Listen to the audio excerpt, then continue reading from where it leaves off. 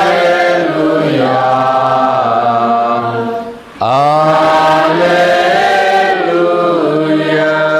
Tuhan beserta kita sekarang dan selama-lamanya. Inilah Injil Yesus Kristus menurut Lukas. Dimuliakanlah Tuhan.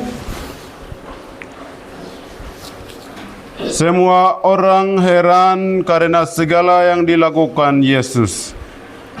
Lalu Yesus berkata kepada murid-muridnya, "Dengarkanlah dan camkanlah segala perkataanku ini. Anak manusia akan diserahkan ke dalam tangan manusia." Mereka tidak mengerti perkataan itu, sebab artinya tersembunyi bagi mereka, sehingga mereka tidak dapat memahaminya. Dan mereka tidak berani menanyakan arti perkataan itu kepada Yesus. Demikianlah Injil Tuhan. Terpujilah Kristus.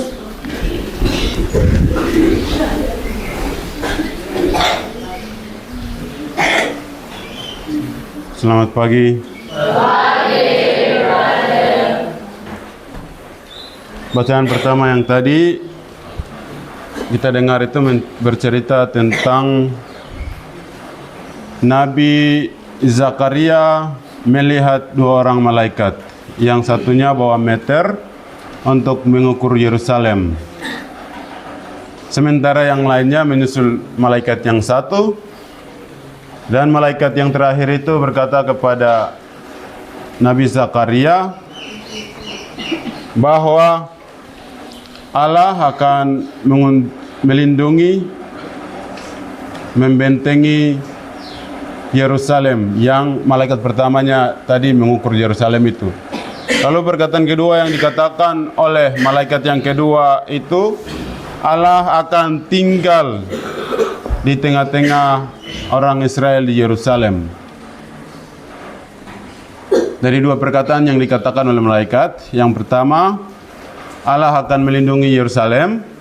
Yang kedua, Allah akan tinggal di Yerusalem di tengah-tengah orang Yahudi.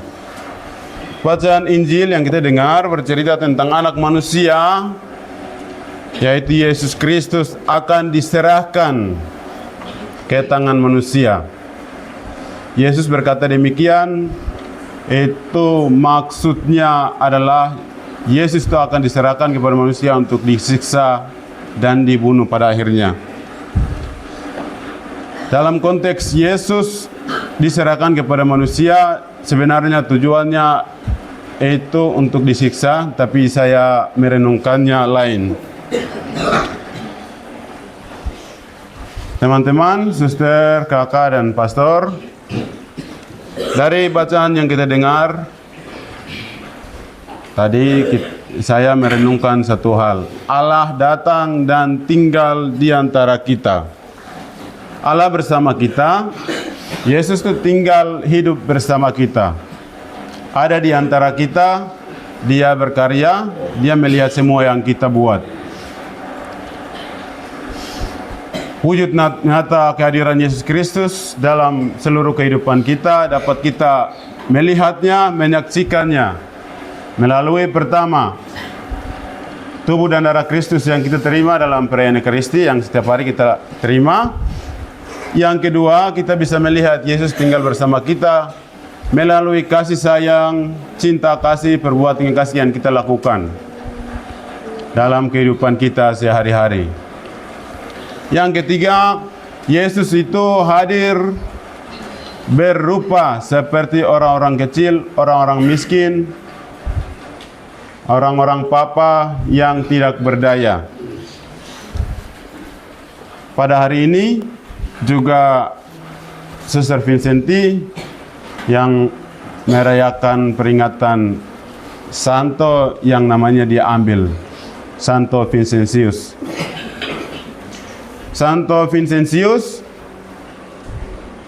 adalah seorang yang Pater tadi katakan dia itu pemerhati pendidikan, dia juga mengajar, Di sisi lain juga dia adalah orang yang memberikan seluruh hidupnya untuk orang-orang miskin, orang-orang kecil, orang-orang papa.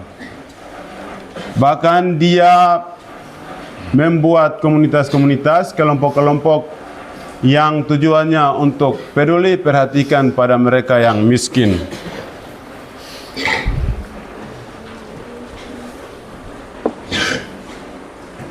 Dari bacaan-bacaan juga dari semangat hidup Santo Visesius, apa yang kita bisa petik?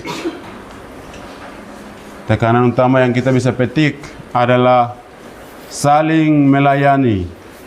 Terlebih khusus melayani mereka yang lemah, mereka yang miskin, mereka yang membutuhkan pertolongan. Semoga dalam seluruh kehidupan kita lebih banyak memperhatikan mereka, teman-teman kita yang tidak mampu, yang lemah, terlebih khusus lemah dalam membaca, juga lemah juga dalam menangkap mata pelajaran. Kalau kita bisa, kita memberitahu. Kalau kita bisa, kita mengajak mereka untuk terus membaca, supaya teman yang tidak bisa itu juga bisa seperti kita. Bisa kan?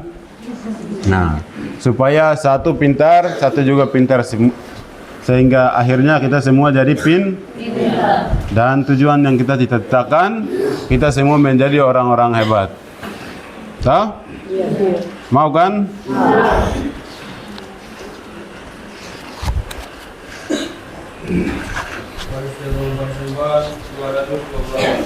Dua